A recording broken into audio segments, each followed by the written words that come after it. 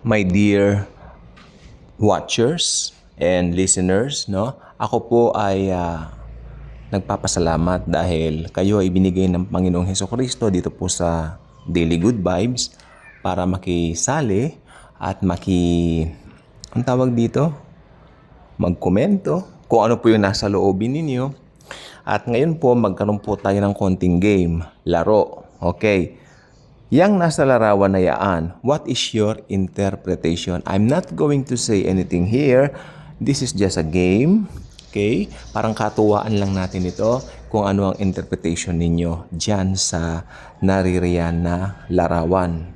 Okay? Alam naman natin, yan ang palabas na Superman tuloy. Spider-Man. Yeah? Yan po yung ginamit na meme, no? Dito sa larawang ito at nagustuhan ko po siya dahil I believe many people here from our Daily Good Vibe channel will be participating and I believe each one of you have your own thoughts, tawag dito, view or whatever dito sa larawang ito. Malalim po kasi ang pinapahiwatig niyan. Pero syempre, alam ko, iisa lang naman ang iniisip natin. Pero gusto ko, paano ninyo siya i-analyze? So, sipagan nyo lang pong mag-type. Sipagan nyo mag-type sa comment section. At, it will be appreciated kung ano man yung magiging kalalabasan ng inyong mga komento. Lahat po ng komento nyo, i-appreciate ko po yan.